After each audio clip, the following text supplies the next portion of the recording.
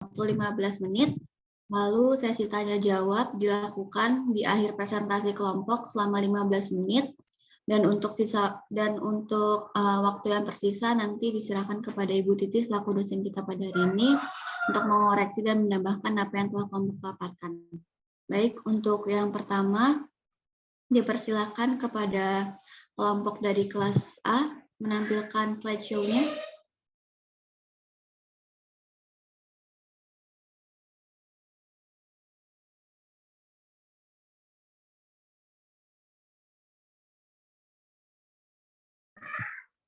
Ya, baik. Jadi materi pada pagi hari ini yaitu mengenai evidence-based nursing. Untuk anggota kelompoknya, yang pertama itu ada Fitri Aliana Bila, yang kedua ada Fitri Ananda Ramadanti, yang ketiga ada Galih Trinidad, yang keempat ada Galuh Fitri Kusuma Ningtyas, yang kelima ada Ibtisama Saputri Tasmin, dan yang keenam ada Jihan Sartika, dan yang ketujuh ada Kaila Kamila.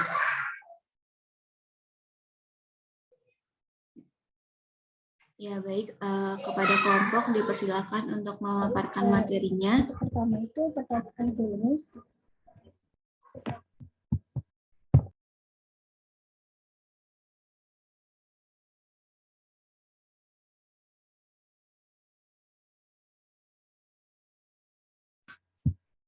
Baik, yang pertama pertanyaan klinis yaitu bagaimanakah perbedaan efektivitas pemberian pijat refleksi dibandingkan dengan menggunakan progressive muscle relaxation untuk mengurangi rasa nyeri pada pasien kanker payudara. Selanjutnya, nah untuk analisis Pico ini yaitu penderita kanker payudara, kemudian intervensi itu pijat refleksi, dan C itu pembandingnya keefektivitasan kemoterapi yang didukung oleh progressive muscle relaxation, kemudian outcome-nya menurunkan rasa nyeri. Selanjutnya, untuk jurnal yang pertama kita judulnya penggunaan pijat refleksi untuk mengurangi nyeri pada pasien kanker payudara. Penelitian ini tuh bertujuan untuk mereview keefektivitasan pijat refleksi terhadap pengurangan nyeri pada pasien kanker payudara. Selanjutnya,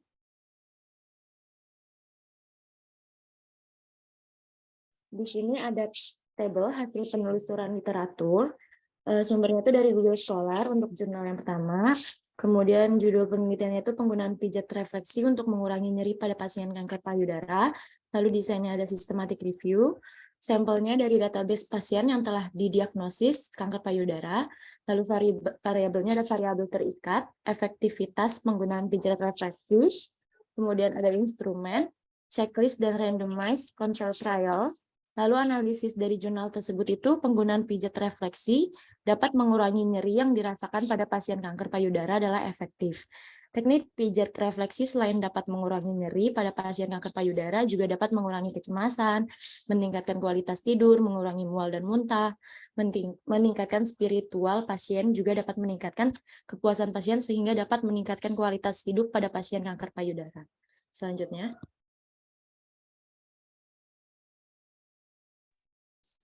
Ya, selanjutnya ada jurnal kedua, yaitu Progressive Muscle Relaxation menurunkan frekuensi nyeri pada penderita kanker payudara yang menjalani kemoterapi di POSA RSUD Dr. Sutomo, Surabaya.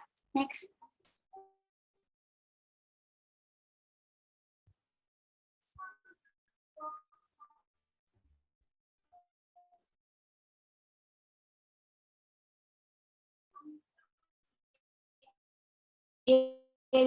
Bisa dilanjut. Oke, penelitiannya tadi sudah disebutkan progresif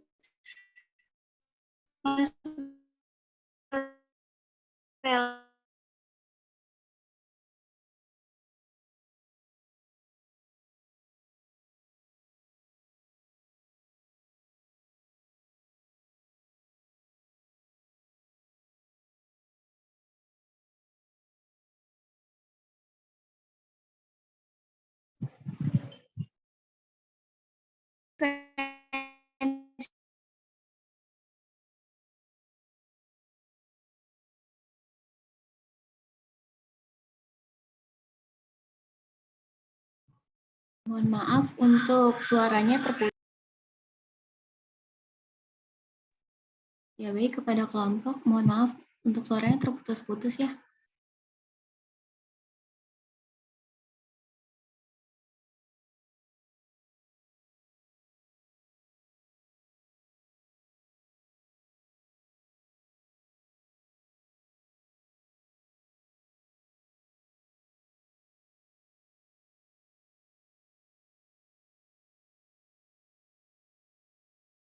Kepada kelompok, mungkin dipersilakan untuk dilanjutkan. Ya, mohon maaf, izin masuk. Saya lanjutkan ya. Untuk variabelnya tadi ada variabel bebas, progressive mass selection atau PMR, dan variabel berikutnya yaitu frekuensi nyeri pada penderita kanker payudara. Lalu instrumennya ada kuesioner dan lembar observasi. Lalu analisis yang didapat yaitu data yang diperoleh menggunakan t-test dengan nilai signifikasi 0,05, hasil menunjukkan adanya pengaruh progres PMR terhadap frekuensi nyeri pada penderita kanker payudara. Sebelum dilakukan PMR, seluruh responden memiliki rata frekuensi nyeri 13,9 kali. Mayoritas responden mempunyai frekuensi nyeri rata 7,07 kali setelah penerapan. Sehingga PMR mampu menurunkan frekuensi nyeri pada penderita kanker payudara yang menjalani terapi di masa RSUD Dr. Sultan Surabaya.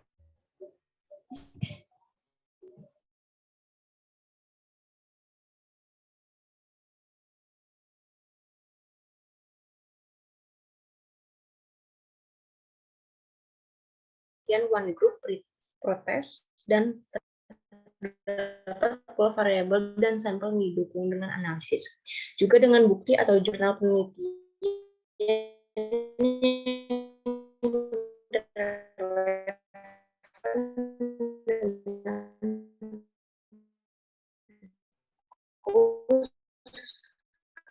karena ada kata kunci yang menjadi bukti. Hasil dari penelitian sesuai dengan apa itu dikatakan dalam meyakinkan pada tersebut ternyata ada makna yang terkandung di dalamnya, yaitu yang pertama, menurut hasil penelitian Taras mengatakan salah satu terapi yang efektif yaitu pijat refleksi terbukti dapat mengurangi rasa nyeri pada pasien kanker payudara.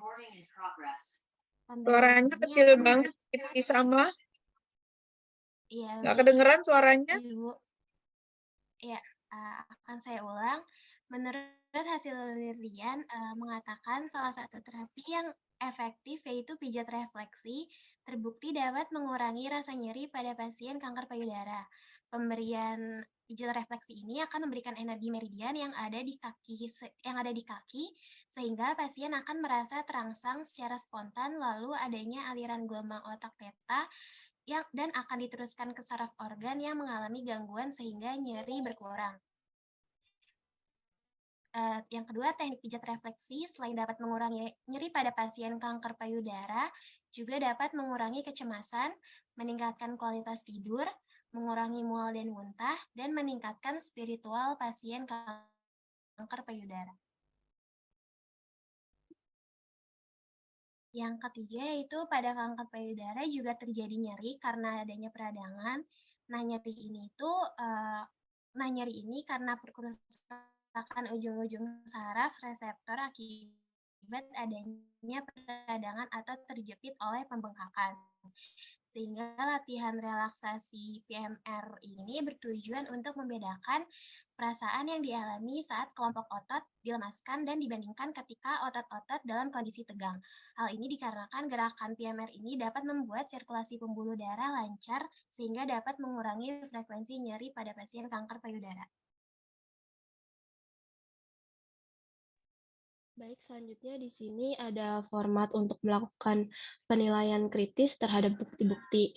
Yang pertama itu poinnya ada pendahuluan, komponennya berupa pertanyaan, apakah riwayat atau kualifikasi peneliti dicantumkan dengan jelas. Di sini di checklist sesuai dua jurnal yang sudah ditentukan. Lalu selanjutnya ada title atau judul, apakah tercantum judul dengan jelas, variabel, populasi, dan bidang ilmu yang diteliti. lalu di checklist sesuai dengan data yang sudah ditentukan dari 2 jurnal di atas. Lalu ada abstrak, komponennya apakah abstrak terdiri dari sampel, intervensi, bila intervensi, desain peneliti, serta kata kunci. Selanjutnya latar belakang, apakah urgensi masalah dicantumkan, apakah latar belakang munculnya masalah dideskripsikan dengan jelas. Selanjutnya,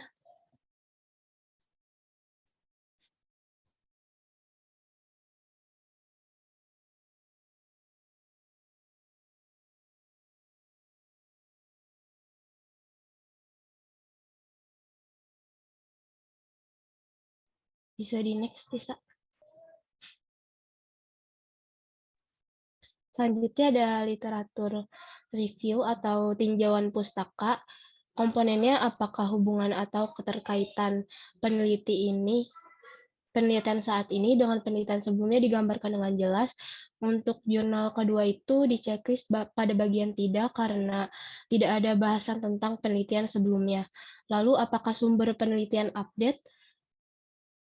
Pada jurnal 2 di checklist pada bagian tidak karena sumber berasal dari tahun 2015.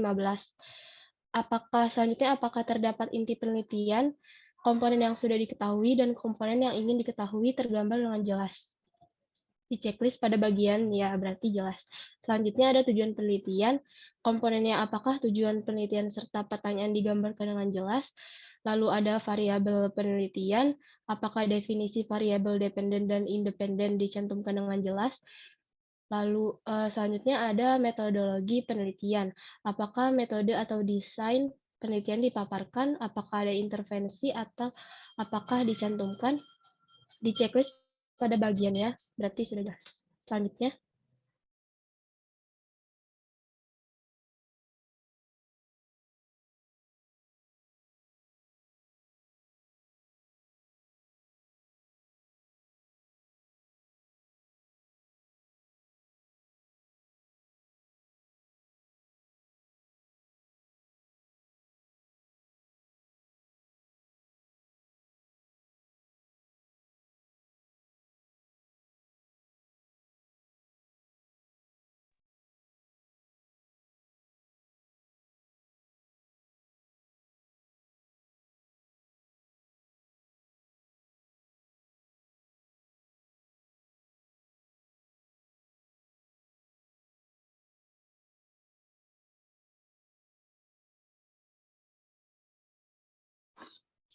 Ya, selanjutnya itu apakah variabel tambahan, variabel pengganggu dicantumkan secara jelas di jurnal 1 dan di jurnal 2 tidak dicantumkan secara jelas. Lalu apakah kriteria inklusi dan eksklusi dicantumkan di jurnal 1 itu dicantumkan? Ya, kriteria inklusi adalah yang pertama itu artikel yang diterbitkan 5 tahun terakhir antara tahun 2016 sampai dengan tahun 2021. Yang kedua artikel yang berbahasa Inggris, yang ketiga full text, yang keempat juga itu terdiri dari study cohort, terus uji coba terkontrol dan studi kualitatif. Terus di kriteria inklusi juga itu yang di jurnal kedua itu juga kriteria inklusi dari responden penelitian ini yaitu satu wanita umur 26 sampai 55 tahun, yang kedua penderita kanker payudara stadium 3, yang ketiga menjalani kemoterapi 1, terus yang keempat itu mengonsumsi obat. Terus apakah sampling metode dan sampel size dicantumkan? Di kedua jurnal tersebut tidak dicantumkan sampling metode dan sampel size. Terus apakah informed consent dilaksanakan? Di jurnal 1 dan di jurnal 2 itu dilaksanakan informed consent, itu dilaksanakan. Selanjutnya ada strategi dan instrumen. Apakah bentuk variabel yang diukur dicantumkan? Di slide yang pertama di jurnal pertama itu tidak dicantumkan, sedangkan di jurnal 2 itu dicantumkan bentuk variabel yang diukur. Selanjutnya itu ada apakah sumber instrumen tersebut disebutkan di jurnal 1 itu disebutkan pedoman Prisma. Terus yang kedua itu ada kuesioner dan lembar observasi. Terus apakah jenis instrumen itu disebutkan pedoman Prisma? Iya disebutkan. Terus satunya lagi itu disebutkan juga kuesioner dan lembar observasi. Selanjutnya ada apakah skala pengukuran itu dijelaskan di jurnal yang pertama itu tidak dijelaskan, lalu di jurnal kedua itu dijelaskan. Apakah fasilitas rehabilitas instrumen dicantumkan di jurnal pertama dan kedua itu dicantumkan. Next. Ya, selanjutnya itu apakah prosedur pengumpulan data dijelaskan? Yang jurnal pertama itu dengan mengumpulkan jurnal. Terus kalau di jurnal kedua itu dijelaskan juga dengan mengumpulkan responden. Selanjutnya itu ada interpretasi hasil penelitian. Apakah interpretasi statistik dijelaskan? Di jurnal yang pertama dan kedua itu interpretasi statistik itu dijelaskan dengan jelas. Apakah level atau tingkat signifikansi dijelaskan? Di jurnal 1 dan di jurnal 2 dijelaskan interpretasi dijelaskan. Lalu yang berikutnya itu apakah hasil sesuai dengan harapan atau keinginan dicapai? Keduanya itu iya. Yang ke jurnal yang pertama itu iya, sesuai dengan yang diharapkan agar dapat mengurangi nyeri. Jurnal yang kedua ia juga sesuai dengan yang diharapkan agar dapat mengurangi frekuensi. Selanjutnya itu ada apakah kekurangan serta keterbatasan penelitian dijelaskan? Yang di jurnal pertama itu tidak dijelaskan, sedangkan ya. Ya, mohon maaf untuk waktunya udah habis untuk kelas A. Mungkin bisa dilanjut untuk kelas B untuk estimasi waktu aja ya. Terima kasih.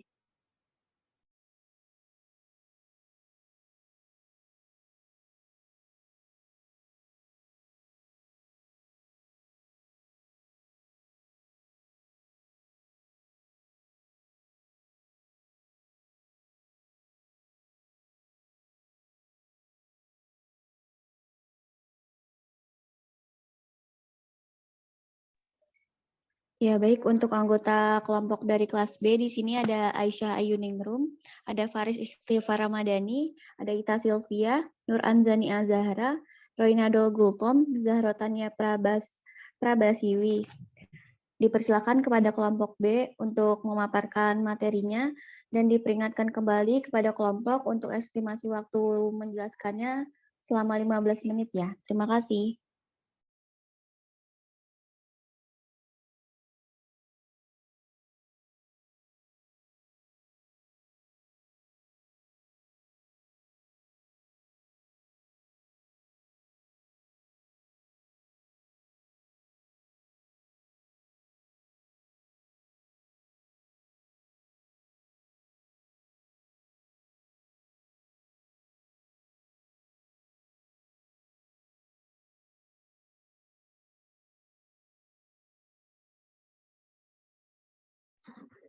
Iya, yang pertama ada analisis bukti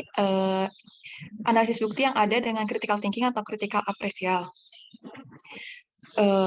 Critical appraisal itu menyesuaikan dari jenis atau level. Untuk melakukan penelitian ada beberapa hal yang perlu dipertimbangkan, diantaranya itu adalah yang A, evidence quality adalah bagaimana kualitas bukti jurnal tersebut, apakah tepat atau rigorous dan reliable atau handal. Yang selanjutnya ada what is magnitude of effect, yaitu seberapa penting dampaknya. Terus yang C ada how precise the estimate of effect, seberapa tepat perkiraan efeknya. Terus yang D itu apakah evidence memiliki efek samping ataukah keuntungan.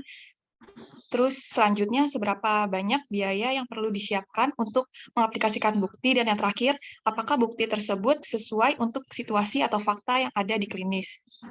Next.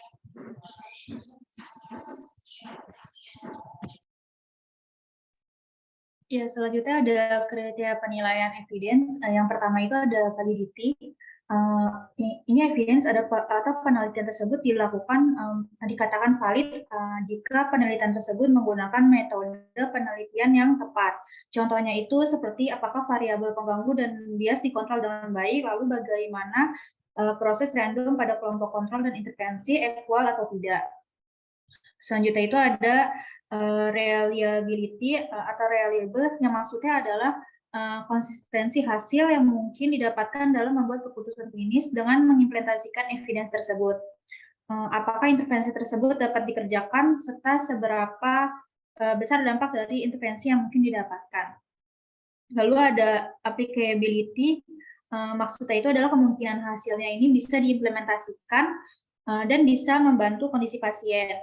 Nah, hal tersebut ini bisa dilakukan dengan mempertimbangkan apakah subjek penelitiannya sama, keuntungan dan risiko dari intervensi tersebut, dan keinginan pasien dengan intervensi tersebut.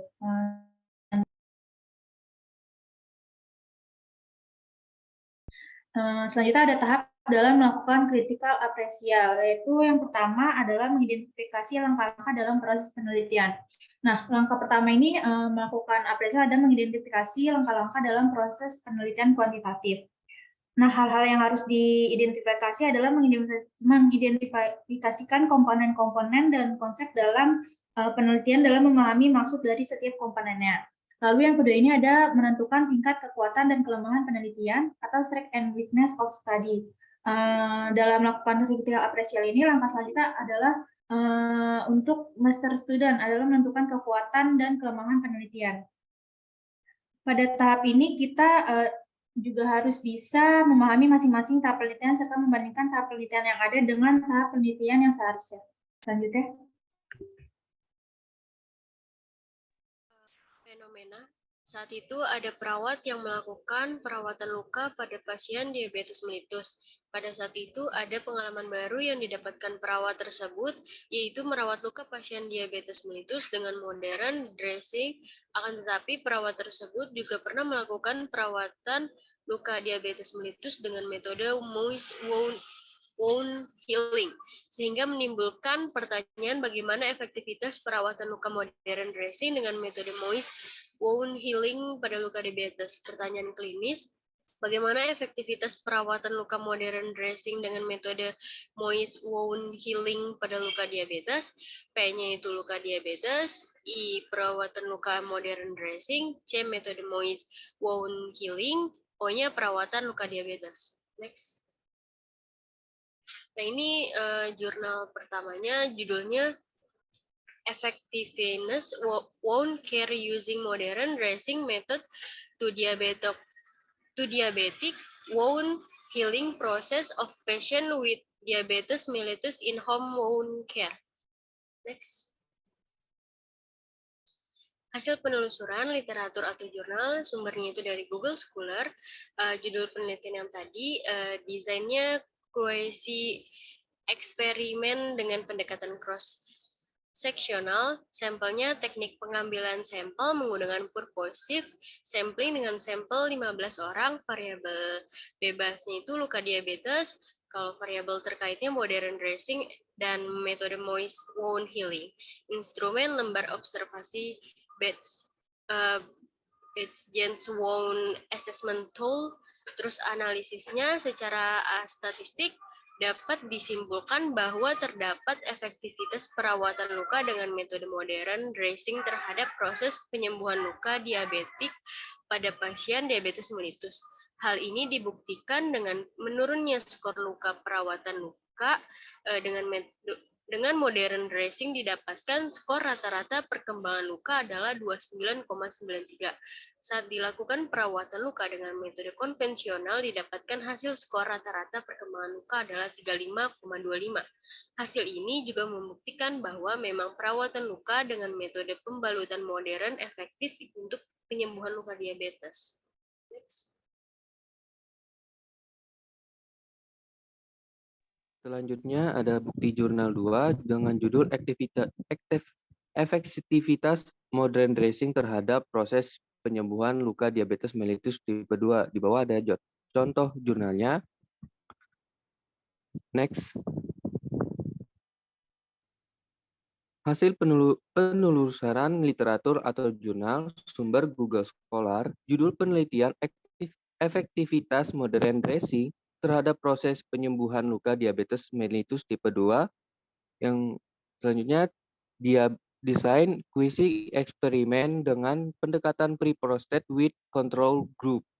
Desain sampel jumlah sampel 15 orang, metode penelitian dengan teknik wawancara dan observasi, variabel bebas, luka diabetes mellitus, variabel terkait, modern dressing, dan metode most wound healing. Instrumen, lembar, observasi Betes Jensen Wound Assessment 2 BWAT, analisis dari 15 responden yang dibagi ke dalam kelompok intervensi pada pasien diabetes mellitus tipe 2. Seluruh responden berada di kategori regenerasi luka sebelum diberikan modern dressing. Selanjutnya,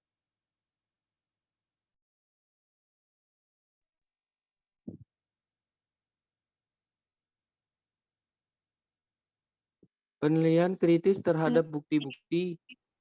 Yang pertama, apakah pertanyaan atau PICO penelitian sama dengan PICO penelitian yang dilakukan, pernyataan PICO yang dilakukan sama dengan penelitian PICO yang dilakukan karena pernyataan PICO penelitian tersebut.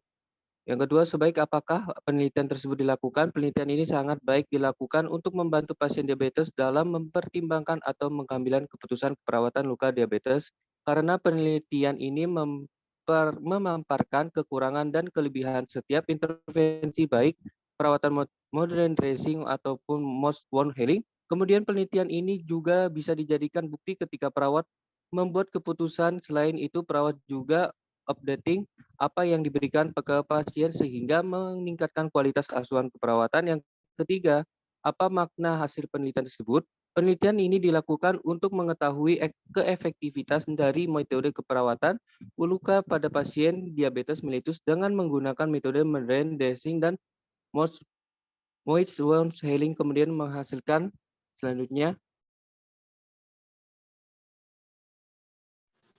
Kemudian di sini ada penilaian buktinya yang secara formatnya. Di sini ada critical accuracy. Yang pertama itu ada pendahuluan. Nah, di sini tuh komponennya itu apakah riwayat atau kualifikasi penelitian ini dicantumkan dengan jelas. Kemudian di sini itu ya keduanya mencantumkan judul. Kemudian ada mencantumkan pendahuluan, kemudian tingkat atau judul, apakah tercantum judul dengan jelas, variabel populasi dan bidang ilmu yang diteliti. Kedua jurnal tersebut ia mencantumkan, kemudian abstraknya itu apakah abstrak terdiri dari sampel intervensi, desain penelitian serta kata kunci. Keduanya mencantumkan, kemudian latar belakang, apakah urgensi masalah dicantumkan, keduanya mencantumkan. Next. Kemudian literatur review atau tinjauan pustaka, komponennya apakah hubungan atau keterkaitan penelitian saat ini dengan penelitian sebelumnya digambarkan dengan jelas. Keduanya menjelaskan. Kemudian apakah sumber penelitian update 5 tahun. Mohon maaf, di sini yang pertama itu ternyata 2017 ya. Jadi yang pertama itu bukan 5 tahun terakhir, tapi 6 tahun. Kemudian apakah terdapat inti penelitian komponen yang sudah diketahui dan komponen yang ingin diketahui tergambar dengan jelas, sudah tergambar dengan jelas keduanya di dua jurnal itu. Kemudian tujuan penelitian, apakah tujuan penelitian serta pertanyaan digambarkan dengan jelas, keduanya menjelaskan secara jelas. Kemudian variabel penelitian si variabel dependen dan independen dicantumkan dengan jelas. Jadi di sini independen sama dependen itu variabel bebas sama terkait ya, itu dijelaskan di antara keduanya. Next.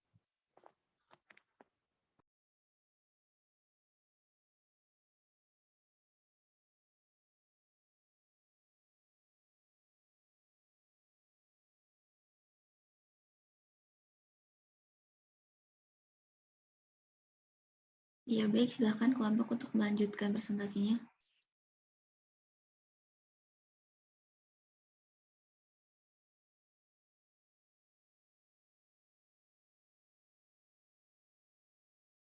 Baik, saya lanjutkan lagi ya. Kemudian ada metode penelitian. Apakah metode atau desain penelitian dipaparkan? Keduanya memaparkan. Kemudian apakah ada intervensi? Apakah dicantumkan? Keduanya mencantumkan. Kemudian apakah variabel tambahan, variabel pengganggu dicantumkan secara jelas? Keduanya tidak menjelaskan. Kemudian apakah kriteria inklusi dan eklusi dicantumkan? Itu ciri-cirinya ya. Ciri-ciri yang dari variabel dari yang akan diambil. Itu keduanya mencantumkan. Kemudian apakah sampling method dan sample size dicantumkan, itu dicantumkan. Kemudian apakah informed consent dilaksanakan, keduanya dilaksanakan. Kemudian strategi dan instrumen, apakah bentuk variabel yang akan diukur dicantumkan, keduanya mencantumkan. Kemudian apa sumber instrumen disebutkan ya tadi sudah jelas yang paling atas itu.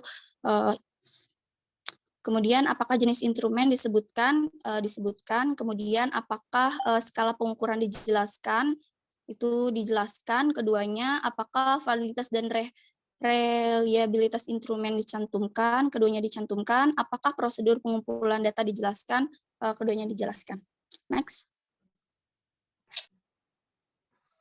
Kemudian interpretasi hasil penelitian, apakah interpretasi statistik dijelaskan, keduanya iya menjelaskan. Apakah level atau tingkat signifikan dijelaskan, keduanya. Apakah hasil sesuai dengan harapan yang diinginkan atau dicapai, keduanya mencantumkan. Kemudian apakah kekurangan serta keterbatasan penelitian dijelaskan, itu tidak, keduanya tidak dijelaskan. Apakah kesimpulan disebutkan keduanya. Apakah hasil tersebut dapat diimplementasikan dalam pelayanan atau pendidikan, keduanya bisa. Kemudian apakah terdapat saran untuk rekomendasi penelitian selanjutnya, itu keduanya dicantumkan. Next.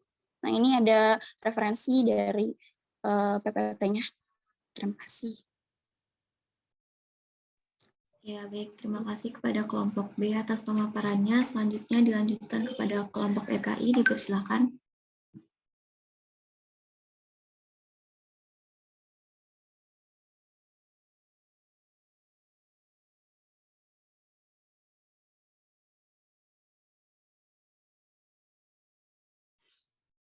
Baik, untuk kelompok RKI menjelaskan mengenai assessing evidence critically and analyzing evidence. Next, please.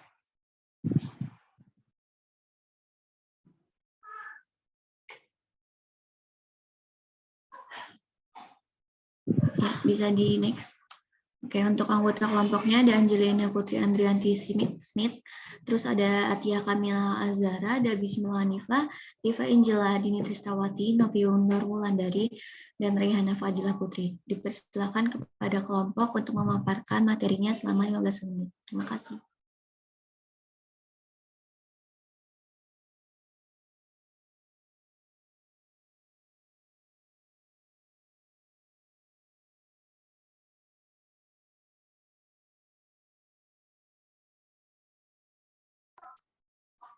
Ya, dipersilakan kepada kelompok untuk memulai presentasinya.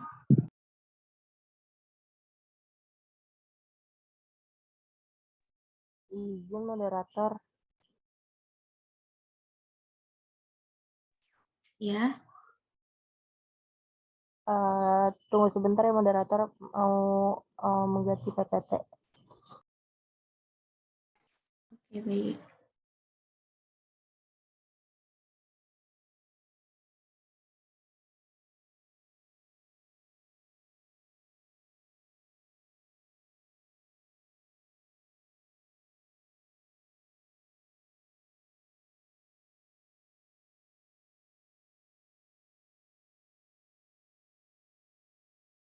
Izin, apakah sudah terlihat? Sudah terlihat, Angel.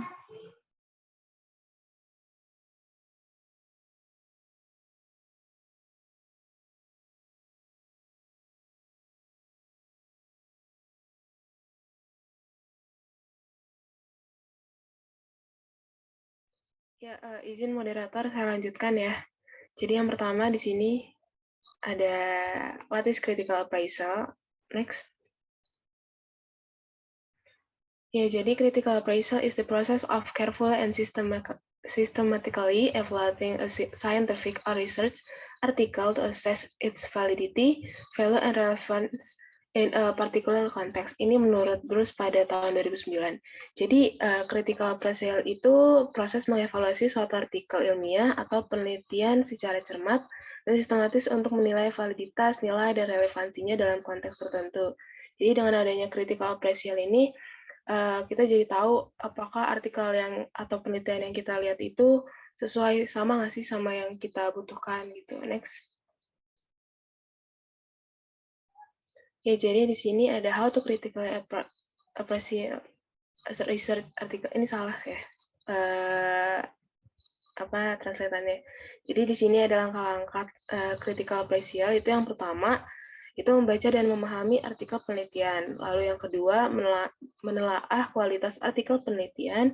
Yang terakhir, menentukan nilai dan relevansi artikel penelitian. Next. Ya, di sini ada 3 aspek dari critical appraisal. Yang pertama itu ada V atau validity. Nah, di sini tuh setiap artikel laporan hasil riset perlu dinilai kritis tentang apakah kesimpulan ditarik sudah benar dan tidak mengandung bias. Lalu, validitas atau kebenaran bukti yang diperoleh dari sebuah riset itu bergantung dari cara peneliti memilih subjek atau sampel penelitian, cara mengukur variabel, dan mengendalikan pengaruh faktor perancang atau confounding factors. Nah, selanjutnya untuk important dan applicability akan dijelaskan oleh teman saya. Terima kasih. Ya, baik. Saya akan menambahkan atau melanjutkan penjelasan dari depan.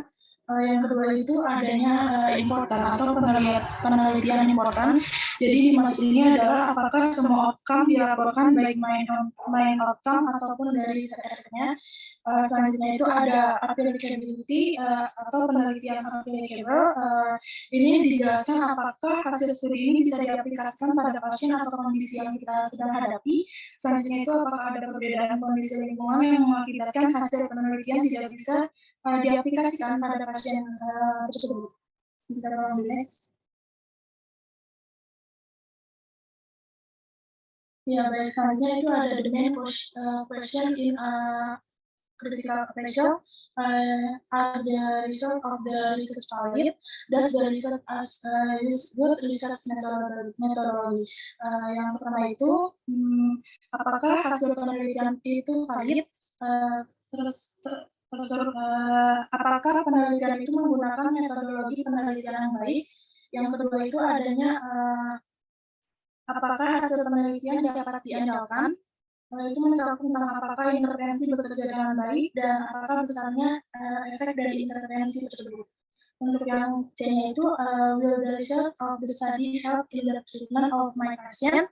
Is the research sample similar to my patient? Do the benefit outweigh the risk? And last, is the intervention easy to implement? Jadi yang dimaksud itu, akankah hasil penelitian membantu dalam perawatan pasien tersebut? Lalu apakah sampel penelitian serupa dengan pasien saya? Apakah manfaatnya lebih besar daripada risiko yang diambil? Dan apakah intervensinya itu mudah diterapkan? Bisa di next?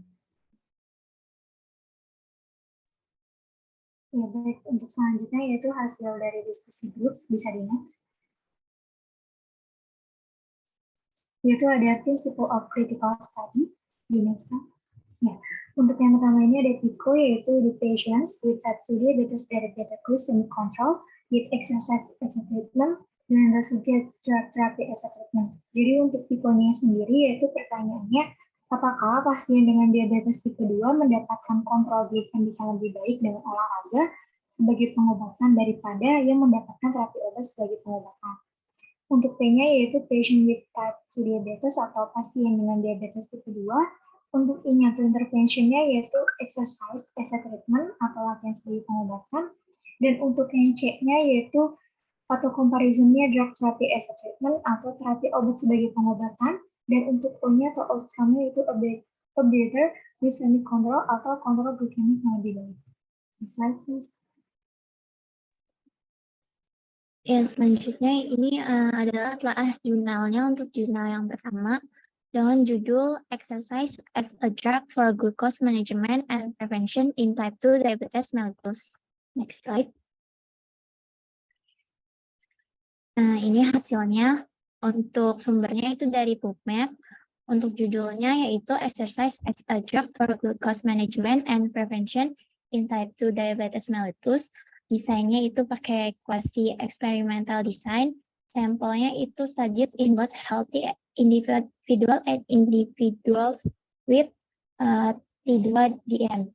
Variabelnya yaitu independent variable, provide an update on the connection between PA and glucose metabolism in individuals with T2DM and to highlight the role of PA as a drug for its prevention and treatment. Untuk dependent variabelnya itu physical exercise or PA together with medical treatment might be considered as a key strategy to counteract T2DM. Instrumennya yaitu T2DM antidote physical exercise, analisisnya physical inactivity and sedentary behavior are risk factor for type 2 diabetes mellitus. Therefore, physical exercise together with medical treatment might be considered as a key strategy to counteract T2DM. Glycemic control is a central objective in the prevention and management of T2DM, and PA might be able to substantially affect the process that determine it. Just like a drug, exercise can be dosed based on the characteristic of the individual to increase its benefits and reduce its side effects. Next slide. Nah, ini yang jurnal keduanya dengan judul Effectiveness of Physical Exercise on the Glycemic Control of Type 2 Diabetes Mellitus, Passion Systematic Review. Next slide.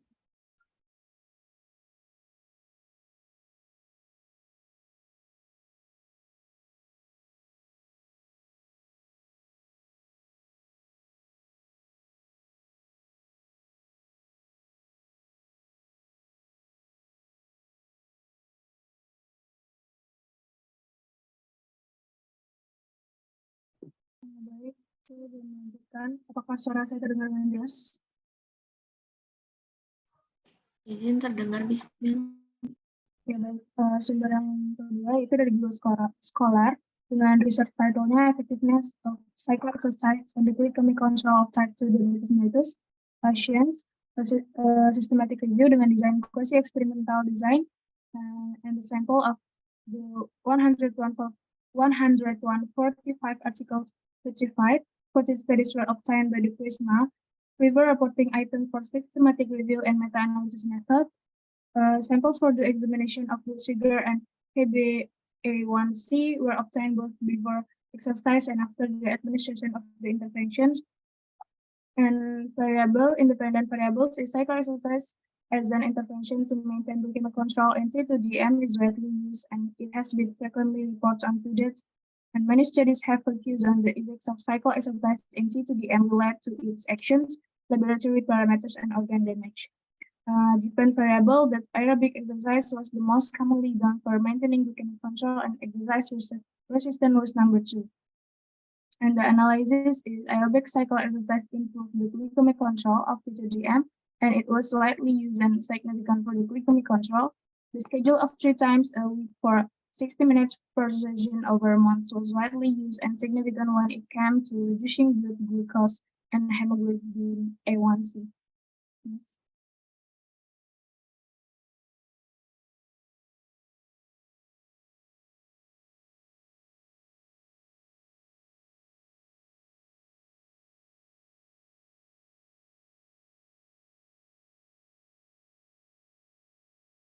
Okay, so how well was the research have been done?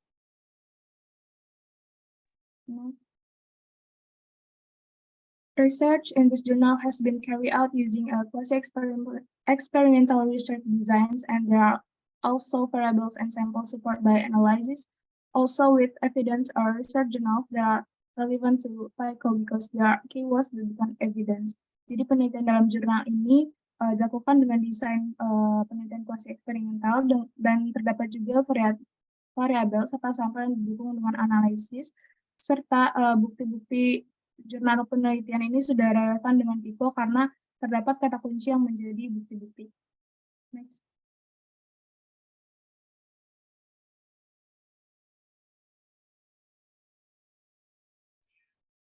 Oke, selanjutnya, what is the meaning of the research results? Apa arti dari hasil penelitian yang kelompok kami sudah cari? Bisa di next slide.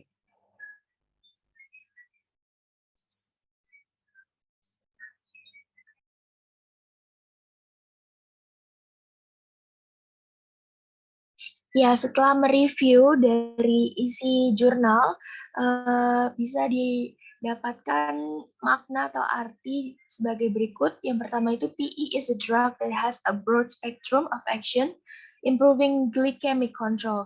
PE also induce a series of beneficial effect on many tissue system of the body. Physical exercise itu adalah spektrum yang luas tentang aksi yang mengimprove atau menambah atau membantu kontrol dari glikemi. Terus yang kedua itu physical activity is comparable to medication and its effect on glycemic control in individual with diabetes is as strong as that of drugs the patient is currently taking. Kalau yang kedua ini physical activity atau aktivitas fisik itu sebanding dengan si obat-obatan. Efeknya itu dalam pengontrolan glikemi pada individu dengan diabetes itu juga kuat setara dengan obat-obatan yang pasien konsumsi. Unlike drugs, tidak seperti obat-obatan, exercise atau latihan atau fisik ini tidak punya. Mohon maaf, Fatia, suaranya terputus-putus. Efek samping. The beneficial effect of exercise selanjutnya ketiga on CD2M can be obtained by increasing aerobic resistance and can be aerobic and resistance training. Individual dengan T2M atau tipe 2 diabetes mellitus. Ya, mohon maaf, jaringan. Dengan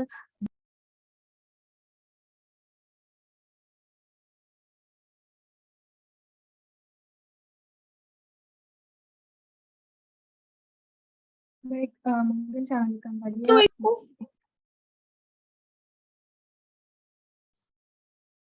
Oke, saya lanjutkan saja. Yang ketiga itu the beneficial effects of exercise and on T2DM can be obtained by increasing aerobic resistance and combined aerobic and resistance training.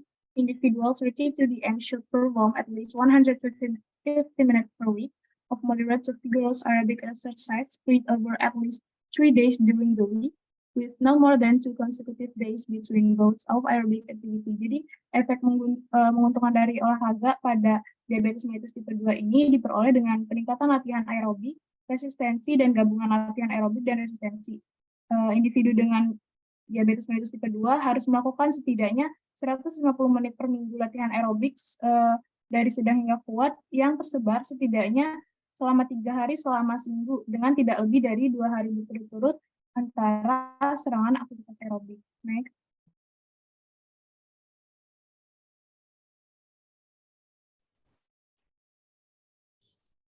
Lalu di sini ada penilaian kualitas bukti. Yang pertama itu ada komponen dalam melakukan critical appraisal. Yang pertama itu perkenalan apa riwayat atau kualifikasi penelitian dinyatakan dengan jelas. Jurnal pertama dan kedua itu mengatakan dengan jelas. Lalu judul. Apakah judul dinyatakan dengan jelas, variabel, populasi, dan bidang studi yang dipelajari. Untuk kedua jurnalnya itu dinyatakan dengan jelas. Lalu yang ketiga itu ada abstrak. Apakah abstrak terdiri dari sampel, intervensi, desain, penelitian, dan kata kunci. Untuk jurnal 1 dan jurnal 2 itu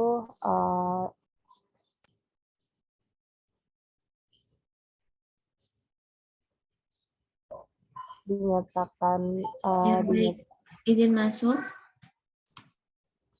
Iya kan, Sa? Mohon maaf, Angel, untuk waktunya udah habis. Apakah penjelasan kelompok masih panjang? Masih ada 5 slide lagi, Sa.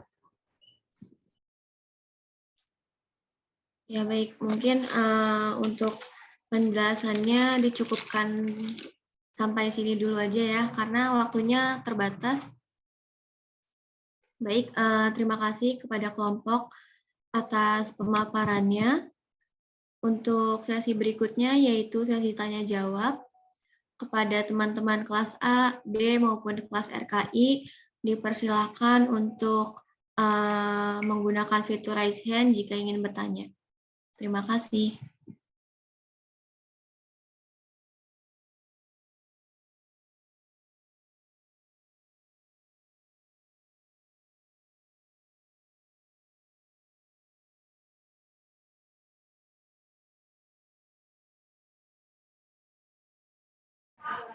Ya, baik. Dipersilakan kepada teman-teman kelas A, B, maupun RKI untuk bertanya kepada kelompok.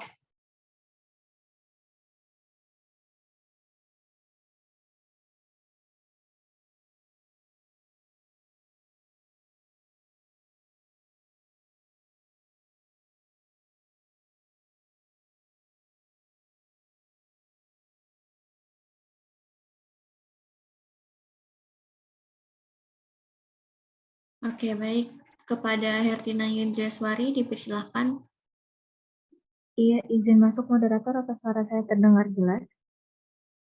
Ya, terdengar jelas. Iya, sebelumnya saya Hertina izin bertanya, kalau saya bertanya ke materi kelas lain, apakah diperbolehkan moderator? Ya, silakan Ayu.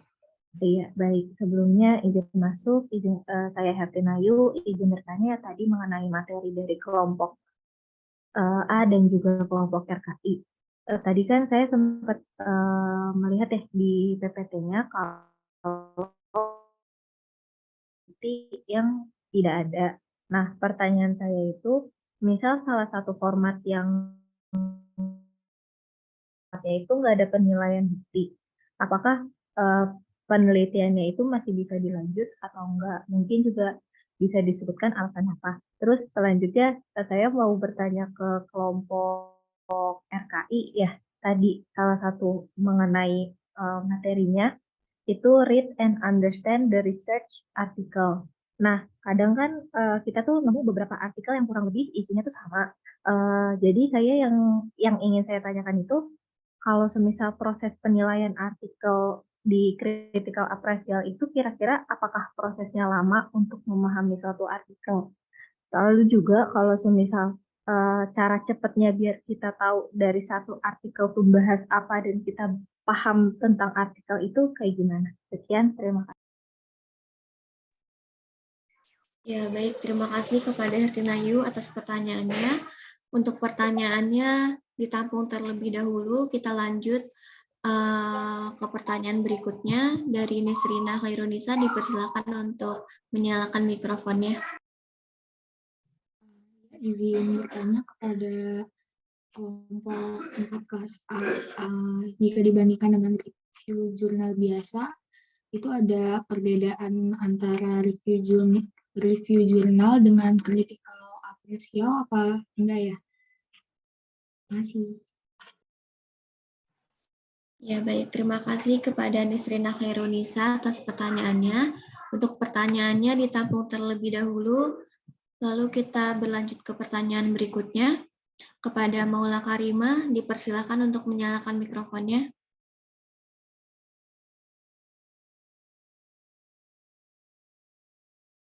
Ya, ya terima kasih moderator. Ya izin, saya Maula Karima dari kelas FKI. Izin bertanya untuk ke kelas B. Itu tadi di slide 13 di presentasi, itu ada tulisan penilaian kritis terhadap bukti-bukti. Yang pertama, apakah pertanyaan atau piko penelitian sama dengan piko penelitian yang dilakukan? Itu maksudnya apa? Lalu apakah penelitian kritis pada piko EBP yang kita lakukan selama ini boleh berbeda dengan penilaian kritis pada piko jurnal penelitian? Sedangkan yang kita tahu PICO ini kan problem, intervensi, comparison, dan outcome kayak gitu. Jadi apakah ada yang boleh berbeda atau enggak kayak gitu? Sekian, terima kasih. Ya, baik. Terima kasih kepada Maula Karima atas pertanyaannya. Untuk pertanyaannya disimpan terlebih dahulu, dan kepada rekan-rekan sekalian yang tadi telah bertanya, dipersilakan untuk menulis pertanyaannya kembali di kolom komentar. Maksudnya di kolom chat, mohon maaf. Dan kepada kelompok dipersilakan untuk menjawab pertanyaan dari rekan-rekan sekalian yang sudah disampaikan tadi. Terima kasih.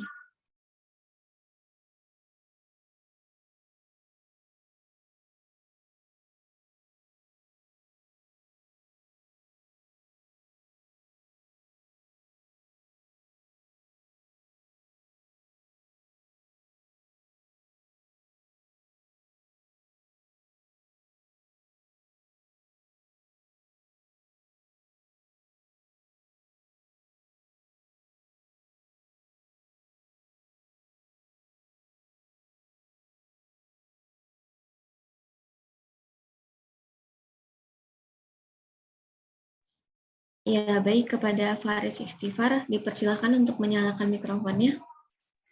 Iya, baik. Sebelumnya terima kasih moderator atas waktunya. Saya Faris dari kelas 2 Benars, kelompok 4. Izin untuk menjawab pertanyaan dari Maula Karima tadi perihal perbedaan apakah dari piko penelitian dan piko jurnal sebenarnya itu harusnya itu sama gitu. Izin menjawab. Jadi untuk piko penelitian dan piko jurnal ini sebenarnya diharuskan sama karena penggunaan piko untuk penelitian itu dilaksanakan karena adanya informasi yang dapat menjawab dan berasal dari jurnal tersebut. Nah, karena bersumber informasinya dari jurnal tersebut, maka informasi ataupun piko yang berada dalam jurnal itu harus sama piko yang kita ajukan gitu. Jadi antara yang penelitian dan antara yang jurnal harus selaras dan harus bersinergi. Cukup dari saya kembalikan ke moderator. Ya, baik. Terima kasih kepada Faris Istighfar atas jawabannya. Bagaimana Maula Karima Prihastuti, apakah sudah cukup terjawab pertanyaannya? Yang minta dijelaskan yang di slide 13 itu yang nomor 1 belum. Baik, saya akan menjelaskan. Tadi tuh yang apa namanya? Boleh diulang lagi, Maula? Iya. Takutnya saya ulang ya. Ya. Yaitu di slide 13 ada penilaian kritis terhadap bukti-bukti. Nah, pertanyaan pertama ada tulisannya, apakah pertanyaan atau piko penelitian sama dengan piko penelitian yang dilakukan? Maksudnya tuh apa? Karena piko penelitian yang selama ini kita pelajari dan selama ini kita lakukan kan memang sama ya. Itu maksudnya apa? Boleh tolong dijelaskan kembali. Baik, jadi di dalam jurnal itu biasanya itu kan kalau udah ada hasil nih di pembahasan. Ditayangkan aja slide-nya. Slide yang dimaksud oleh siapa tadi? Yang bertanya ditayangkan. Slide ke-13 tadi katanya. Ya, baik. Kepada kelompok, mohon untuk ditampilkan slideshow-nya.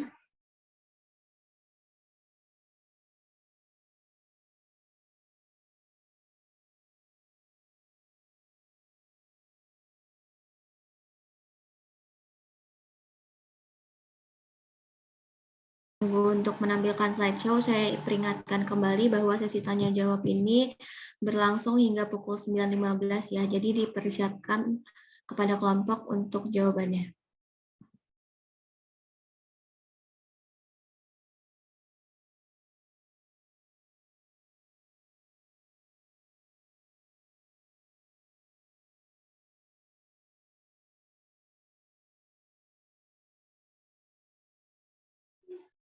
Baik, silakan kepada kelompok untuk melanjutkan penjelasannya.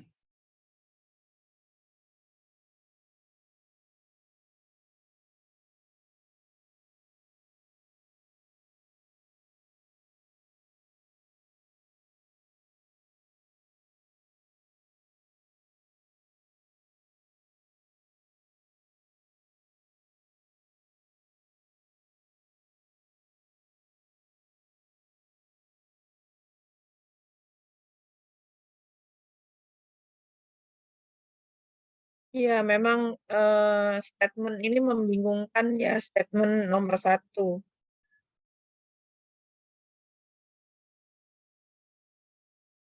Ya, silakan di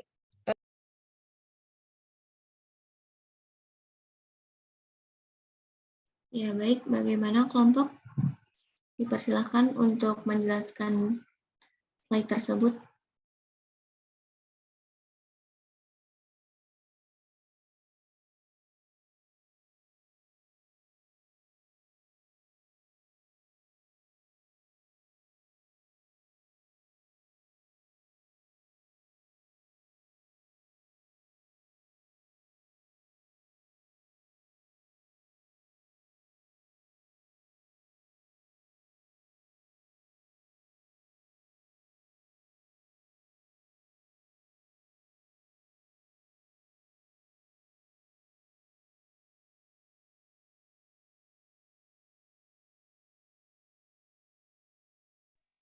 Baik, izin menjawab ya. Tadi jadi kan kalau misalkan dari hasil pembahasan itu di jurnalnya itu biasanya tuh saling keterkaitan gitu loh.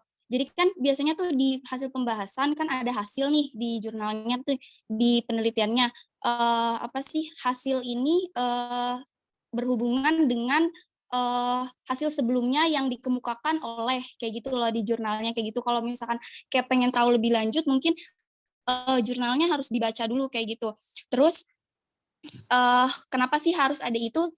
Soalnya biasanya itu di penelitian itu suka ada saran untuk melanjutkan penelitian seperti itu. Maula Karima, apakah ada yang harus disanggah atau gimana? Apakah sudah jelas?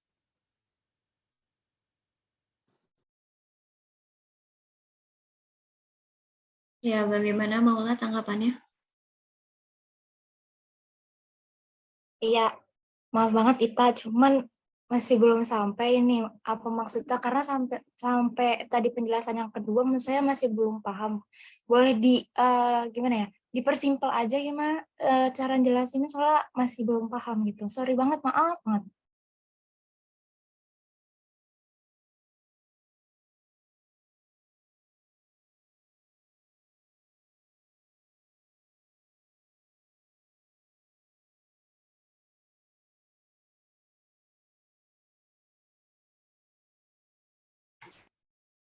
Ya, baik. Mungkin sambil menunggu kelompok menjelaskan ulang kembali, mungkin bisa dilanjut ke pertanyaan berikutnya. Kepada kelompok yang pertanyaannya belum dijawab, dipersilakan untuk menjawab pertanyaannya. Terima kasih.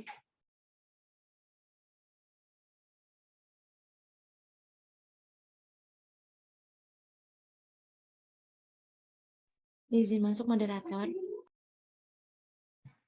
Ya, dipersilakan.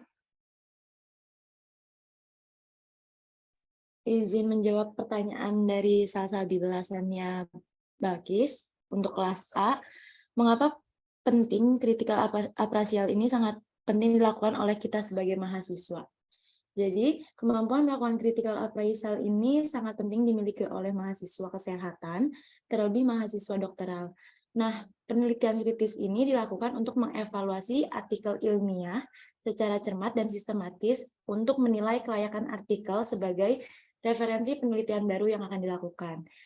Penelitian ini juga penilaian kritis ini juga perlu dilakukan sebab kualitas penelitian yang akan digunakan perlu dipastikan kebenarannya. Apa sudah cukup, Salsabila? Baik, sudah cukup, Nanda. Terima kasih. Ya, baik. Kepada Gali Trinidad, dipersilakan. Ya, sebelumnya saya akan menjawab pertanyaan dari Nisrina. Jawabannya jika dibandingkan dengan review jurnal biasanya, apakah terdapat perbedaan antara review jurnal critical appraisal dengan ini? Jawabannya itu review jurnal sendiri merupakan proses rangkuman dari hasil publikasi yang didapatkan. Review jurnal memberikan kepada pembaca adanya penjelasan, investigasi, klarifikasi tentang pentingnya suatu artikel jurnal yang direview, sedangkan critical appraisal isinya berupa tinjauan dan penilaian pada kualitas jurnal tersebut, baik berupa kelebihan ataupun kekurangannya. Critical appraisal ini juga baru dapat dilakukan setelah kita mereview isi suatu jurnalnya, sehingga intinya review jurnal dilakukan untuk memberikan gambaran dari jurnal tersebut, sedangkan critical appraisal memberikan gambaran terhadap kualitas dari suatu jurnal tersebut. Apakah sudah jelas? Iya, sudah Gali. Terima kasih. Izin masuk, moderator. Ya, baik. Mohon maaf, Ita terlebih dahulu, Atia dulu ya, karena udah raise-nya dari tadi. Ya, dipersilakan pada Atia. Ya, baik. Terima kasih moderator yang terhormat atas kesempatannya. Izin apakah suara saya putus-putus atau enggak ya, moderator? Izin Atia, enggak putus-putus. Ya, baik. Terima kasih. Saya lanjut untuk menjawab. Mohon maaf jika nanti di tengah putus-putus, saya izin untuk off-cam ya. Izin menjawab pertanyaan dari Hertinayu. Pertanyaannya itu, gimana sih kalau di critical appraisal ini boleh nggak prosesnya lama untuk menilai artikelnya layak atau enggak? Lalu kalau semisal cara cepat biar tahu maksud dari artikel itu caranya bagaimana? Yang pertama itu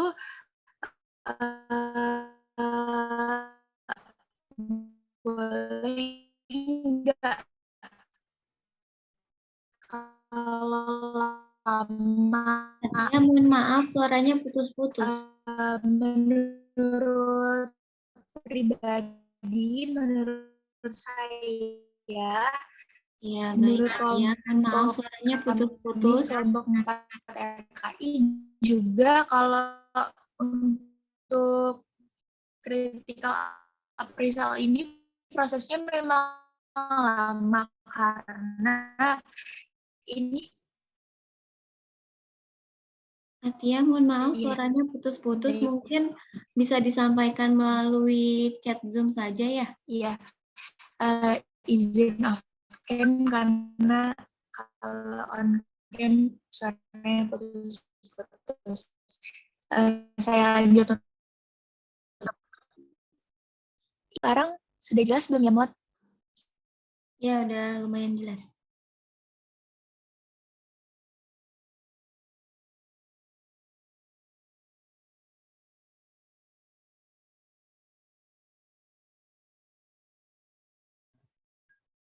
Ya, bagaimana Tia? Mau dilanjutkan atau sudah cukup penjelasannya?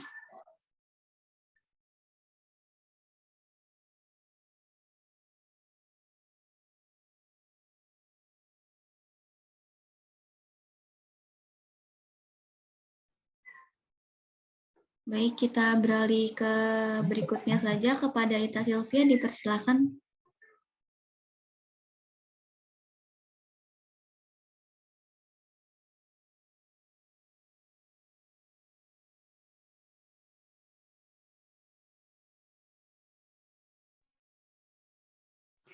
Baik, Terima kasih.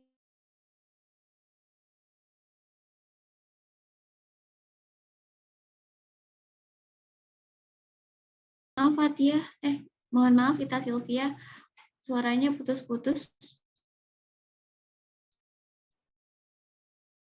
Lagi.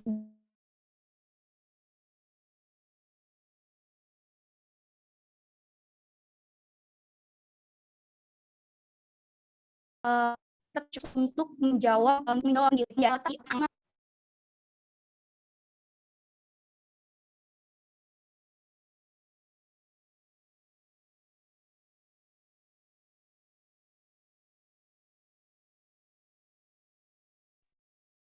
Karena mendung kali ya, signal pada jelek di mana-mana.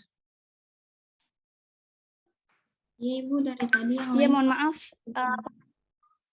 Mohon maaf Kanza, udah masuk lagi ya? Suaranya udah jelas? Ya, sudah jelas Ita. Silakan. Oke, baik. Jadi dilanjutkan ya. Yang pertanyaan selanjutnya itu kan tadi tuh katanya penelitian sebelumnya keterkaitan dengan penelitian sebelumnya. Jadi di dalam jurnalnya itu biasanya tuh dicantumkan kayak gitu. Penelitian sebelumnya itu menjelaskan misalkan tadi nih kan ini menggunakan apa sih modern dressing sama mode healing. Nah, menghasilkan hasil bahwa yang paling bagus itu modern dressing. Nah, di penelitian ini itu yang bagus itu modern dressing misalkan. Nah, jadi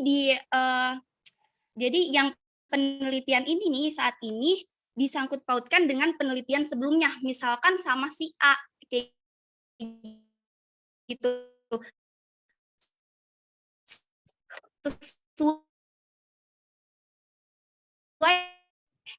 Mohon maaf Ita, dengan penelitian bukannya terbongkar.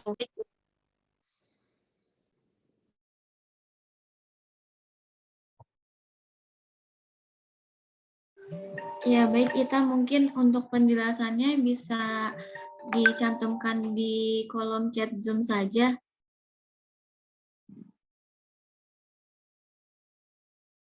Baik, ya, baik kepada Faris Ikhtifar dipersilakan. Ya, baik, izin untuk menjawab pertanyaan yang lainnya, moderator, supaya waktu tetap berjalan efisien. Tadi dari Hartinayu bertanya kepada kelompok 2B, saya Faris. Di PPT terdapat beberapa penilaian bukti yang tidak ada. Nah, pertanyaannya, jika ada salah satu format yang tidak ada penilaian buktinya, apakah penelitian ini bisa dilanjut? Kira-kira alasannya apa? Nah, tadi kan memang ada ya beberapa kritikal apresial yang tidak ada dalam suatu jurnal. Nah, itu jawabannya adalah tetap bisa dilanjutkan untuk penelitiannya, karena konsep EBP itu adalah mencari penelitian ahli yang sudah terverifikasi. Nah, dalam arti kekurangan sedikit dalam komponen kritikal apresial tidak menjadi masalah dalam lanjutnya penelitian.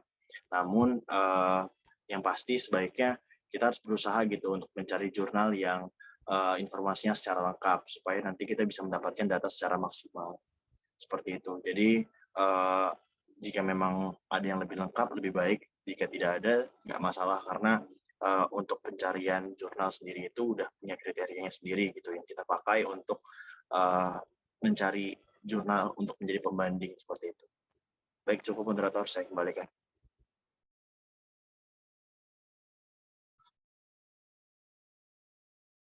Ya, baik. Terima kasih kepada Faris atas penjelasannya.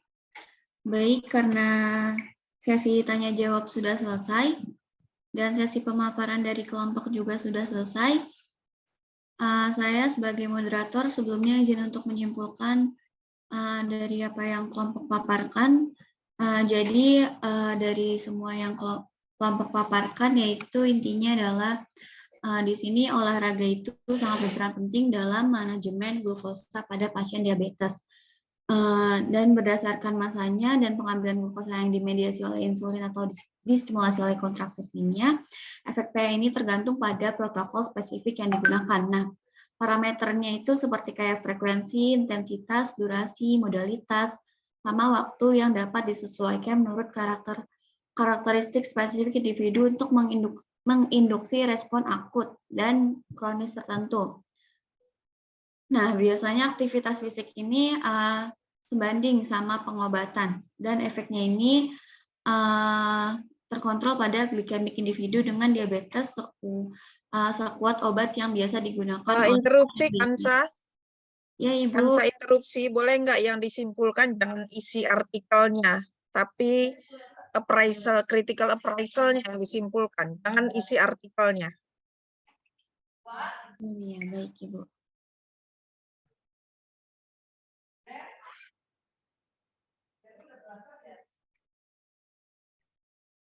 Oke, karena waktunya mepet, jadi saya ambil alih aja ya. Iya, baik. Saya akan merangkum dari beberapa pertanyaan tadi. Saya bisa menyimpulkan bahwa sebetulnya mahasiswa ini belum paham critical appraisal dalam EBNP. Ya, jadi kalau kita bicara EBN, saya share screen.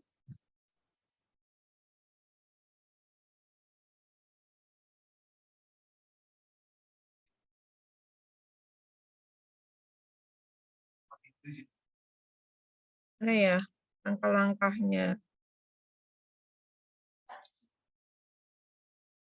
Langkah pertama apa? Kalau EBN? Langkah pertamanya apa? EBN? Yang pertama, Ada yang ingat? yang 0 itu kan menumbuhkan semangat peneliti, terus kemudian menyusun pertanyaan PICO. Terus? Ya, terus kemudian mencari bukti, kemudian penilaian, mengimplementasikan atau mengintegrasikan, kemudian evaluasi disiplin. Oke. Jadi critical appraisal langkah keberapa? Critical appraisal tadi langkah keberapa?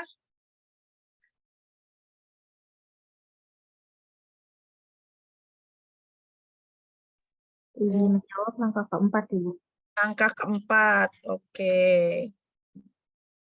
Sebentar. Terus kenapa sih kok harus dilakukan critical appraisal? Kira-kira kenapa kok harus dilakukan critical appraisal? Nih, kan EBN itu apa EBN? Evidence Based Practice atau Evidence Based Nursing Practice ya. Jadi EBN itu pada prinsipnya adalah menggunakan atau memilih intervensi yang sudah berbasis bukti. Berbasis bukti itu artinya sudah melalui penelitian-penelitian, sudah diuji melalui penelitian-penelitian. Itu yang mau kita terapkan. Nah, bagaimana kita menerapkannya adalah dengan yang pertama mengajukan pertanyaan PICO atau PICOT. Ini udah tahu ya, PICO atau PICOT sudah tahu ya. Kemudian mencari bukti-bukti terbaik. Ya, berkaitan dengan mencari bukti-bukti terbaik. Terbaik ini dalam tanda petik. Terbaik itu dari mana kita tahu bahwa ini buktinya terbaik? Dilakukan penilaian atau appraisal. Ya, apa saja yang dinilai? Yang dinilai tadi adalah komponen yang sudah disampaikan oleh kelompok yang checklist tadi. Gitu. Nah, kalau semuanya iya, berarti bukti yang kita temukan itu baik, gitu. Kalau misalnya ada yang tidak, berarti bukti yang kita temukan kurang baik. Cari bukti lain yang lebih baik. Gitu loh. Nah, berkaitan dengan pertanyaan siapa tadi, kalau ada yang tidak, checklistnya tidak, apakah penelitiannya dilakukan, tetap dilakukan, terus dilakukan dengan mencari bukti lain. Jadi bukan melakukan penelitian. Pertanyaan siapa tadi ya?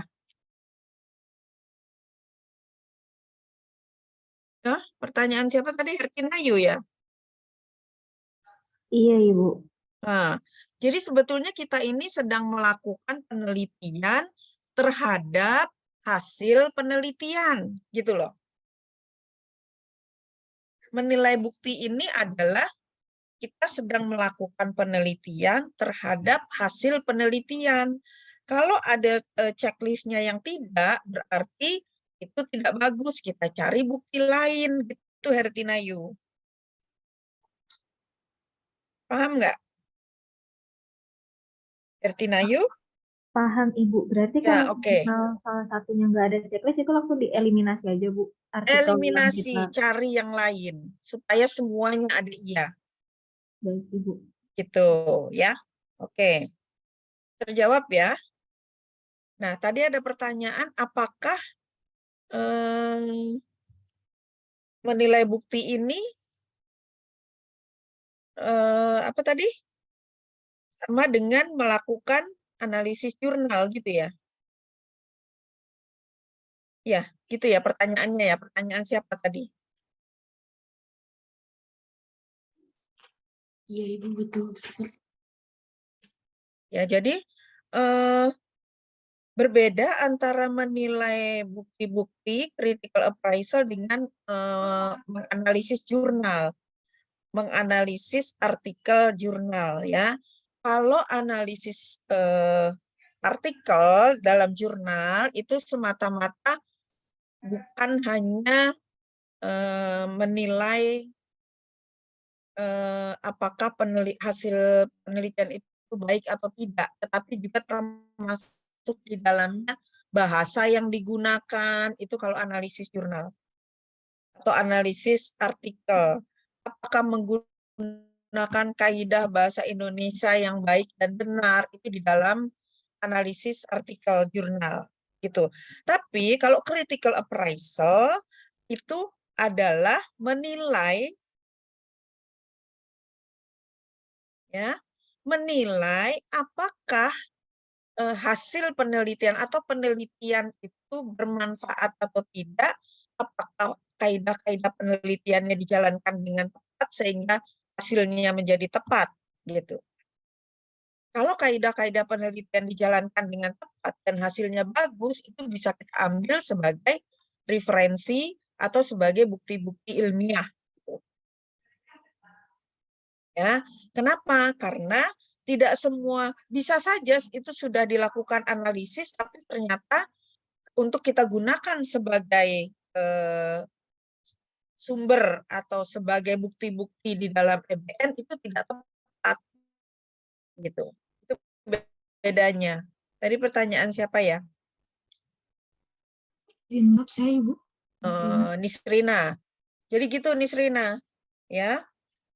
Yang dipublish di jurnal, artikel yang dipublish di jurnal itu sudah melalui review, sudah melalui analisis, dipublish, tapi belum tentu itu baik untuk kita melakukan evidence based practice gitu. Makanya harus dinilai lagi dengan critical appraisal. Gitu Nisrina. Ya baik Ibu, terima kasih. Oke. Saya juga ingin mengingatkan ya, ini critical appraisal nih, adalah penilaian bukti melalui telah sistematis mengenai keterkaitan validitas dan hasil dari suatu penelitian dalam situasi tertentu.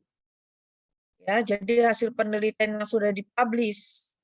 Tapi kalau analisis jurnal itu bisa berbeda, bisa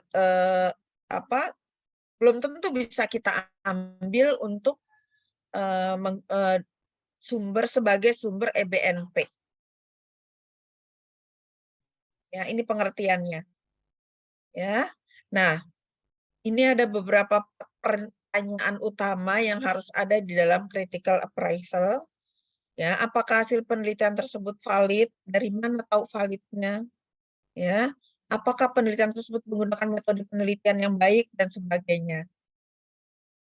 Ya, kemudian apakah apakah sampel atau hasil penelitian tersebut membantu perawatan pasien saya. Misalnya, apakah sampel penelitiannya mirip?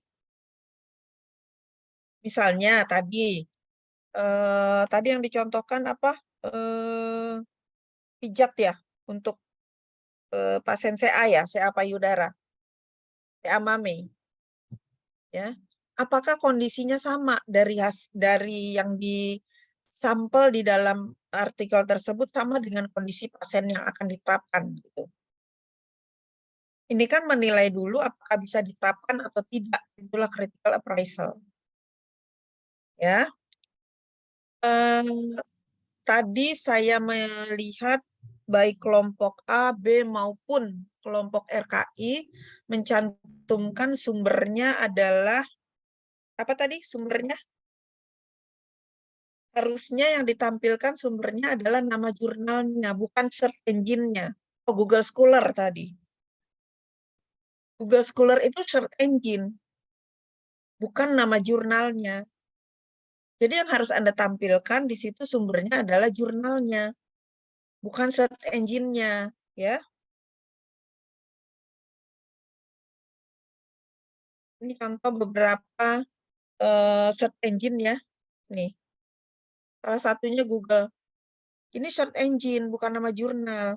Tapi di dalam melakukan critical appraisal yang harus ditampilkan adalah nama jurnalnya.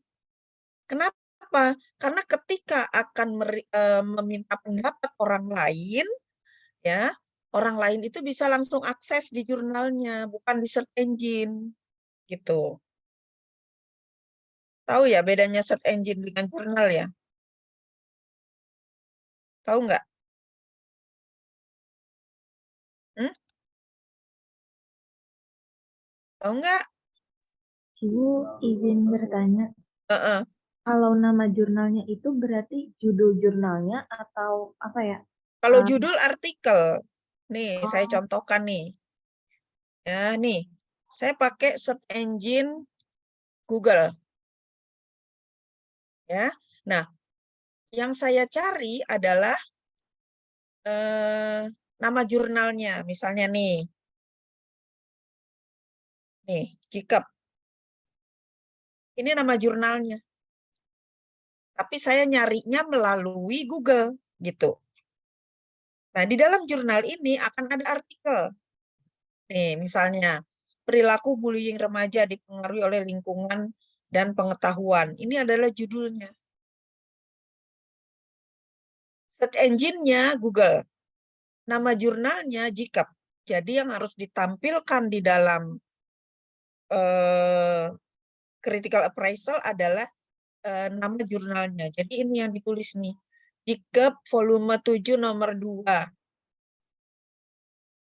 Ya, atau ini linknya nih, e-jurnal Poltekkes Jakarta 3.co.id, .ac.id. Gitu. Jadi bukan Google-nya yang Anda tampilkan. Paham nggak? Halo? Halo? Apakah Anda paham Menjawab kelompok? Ibu, paham Ibu. Oke. Ya, jadi tolong diperbaiki tadi. Coba mana tadi yang itunya Google? Yang Google tadi kelompok berapa ya? Saya garis bawahi. Coba tolong di-share.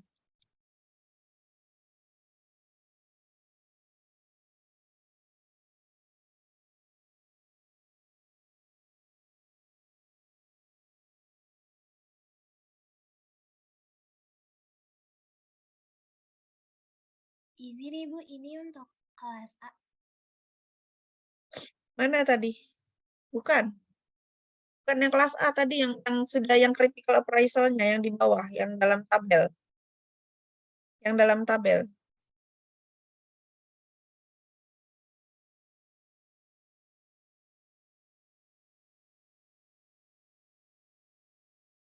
Terus ke atas.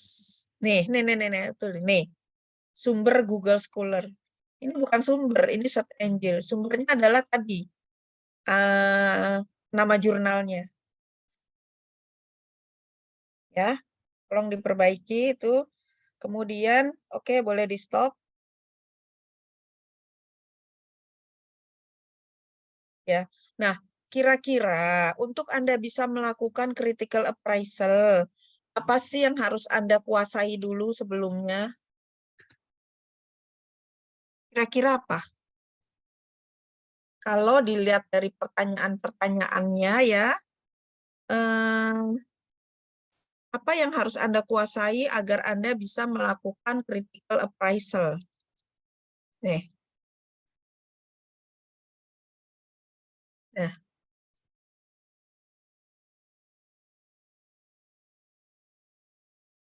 Apa yang harus Anda kuasai? Yang nomor 2 deh, judul. Apakah tercantum judul dengan jelas? Ada variabel, ada populasi, ada bidang ilmu yang diteliti. Untuk bisa Anda memahami, oh ini variabel independen, oh ini variabel dependen. Kira-kira apa yang harus Anda kuasai? Marsa Niswah?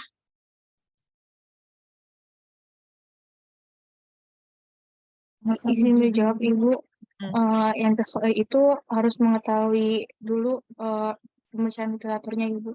Jadi harus memahami dari si jurnalnya itu. Loh, enggak, supaya kamu tahu, oh benar loh ini ada variabelnya gitu, apa yang harus Anda, pengetahuan atau ilmu Anda yang harus Anda kuasai? Oh benar loh ini ada sampel. Hah?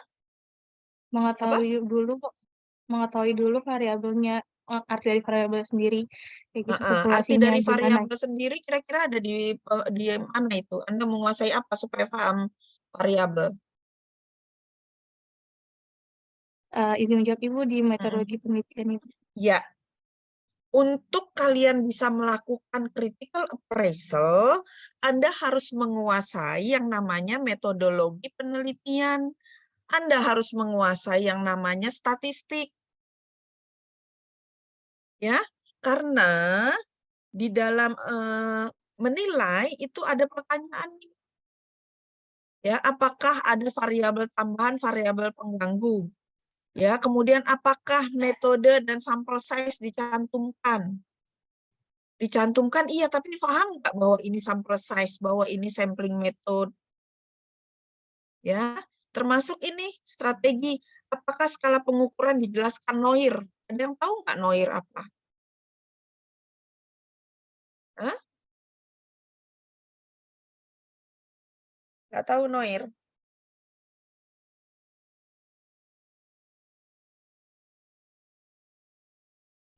Nominal, ordinal, interval, rasio. Itulah NOIR. Nah, kalau kalian nggak tahu yang mana yang data nominal, yang mana yang data ordinal, yang mana yang data interval, yang mana yang data rasio, ini akan menconteng apa? Iya atau tidak? Nggak paham ya? Gitu. Jadi intinya untuk kalian bisa melakukan tahap ketiga atau keempat kalau kita mulai dari nol dari EBN, Anda harus menguasai dulu yang namanya metodologi penelitian. Gitu ya. Oke. Sampai di sini ada pertanyaan. Setelah ini ada kuliah apa? Jam 10 ya kuliah ya? Ada kuliah apa setelah ini? Izin menjawab Ibu, statistika. Statistik, oke. Masih ada? Tidak ada pertanyaan? Sudah paham semua? Sudah paham? Kalau menilai atau critical appraisal terhadap artikel, yang pertama harus dilihat apa tadi? Atau gini deh, kenapa artikel yang kita temukan harus dinilai? Kenapa kira-kira? Kok harus dinilai?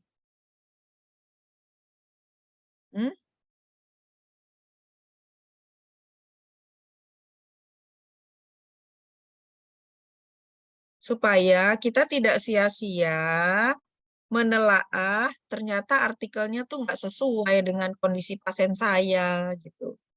Bagaimana bisa diterapkan kalau tidak sesuai? Ya, piko atau pikotnya itu harus jelas. Jadi ketika Anda mencari artikel, masukkan kata kunci yang paling tidak mendekati dengan pertanyaan nomor C ini. Ya, atau piko dan pikotnya. Paham ya? Populasinya.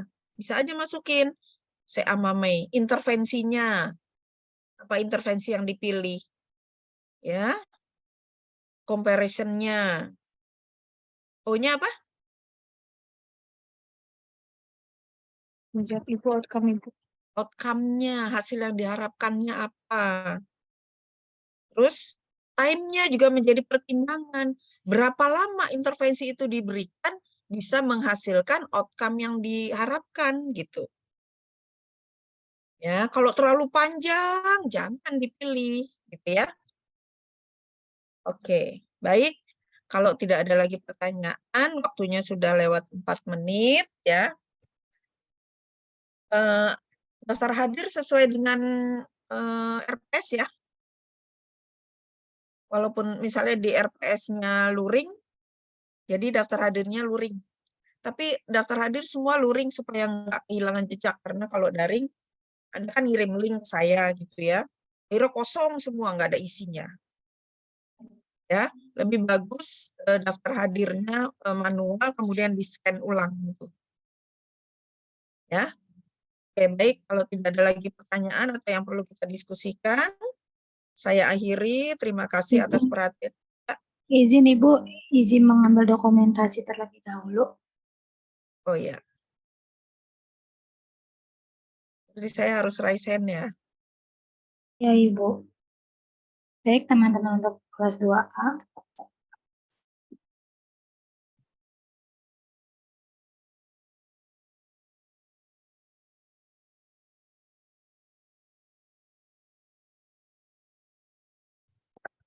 Untuk kelas 2A bisa di close raise hand. Nah, sekarang itu kelas 2B.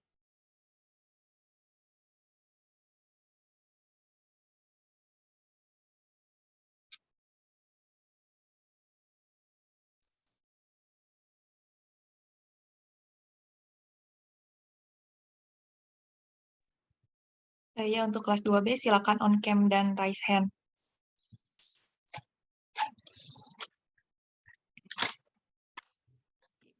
Slide pertama.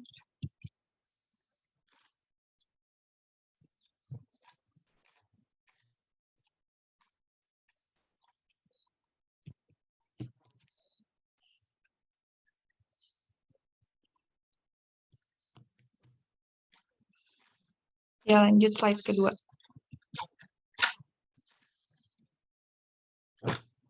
Ya sudah, terima kasih.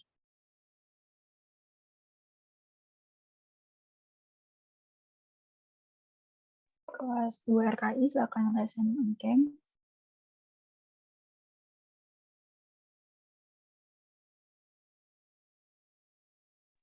Untuk Tarisa dan Sabrina bisa lower hand.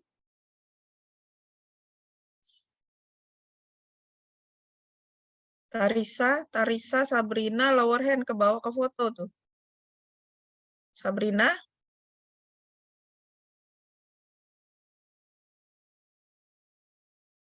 Udah menghilang Sabrina. Baik, step 1.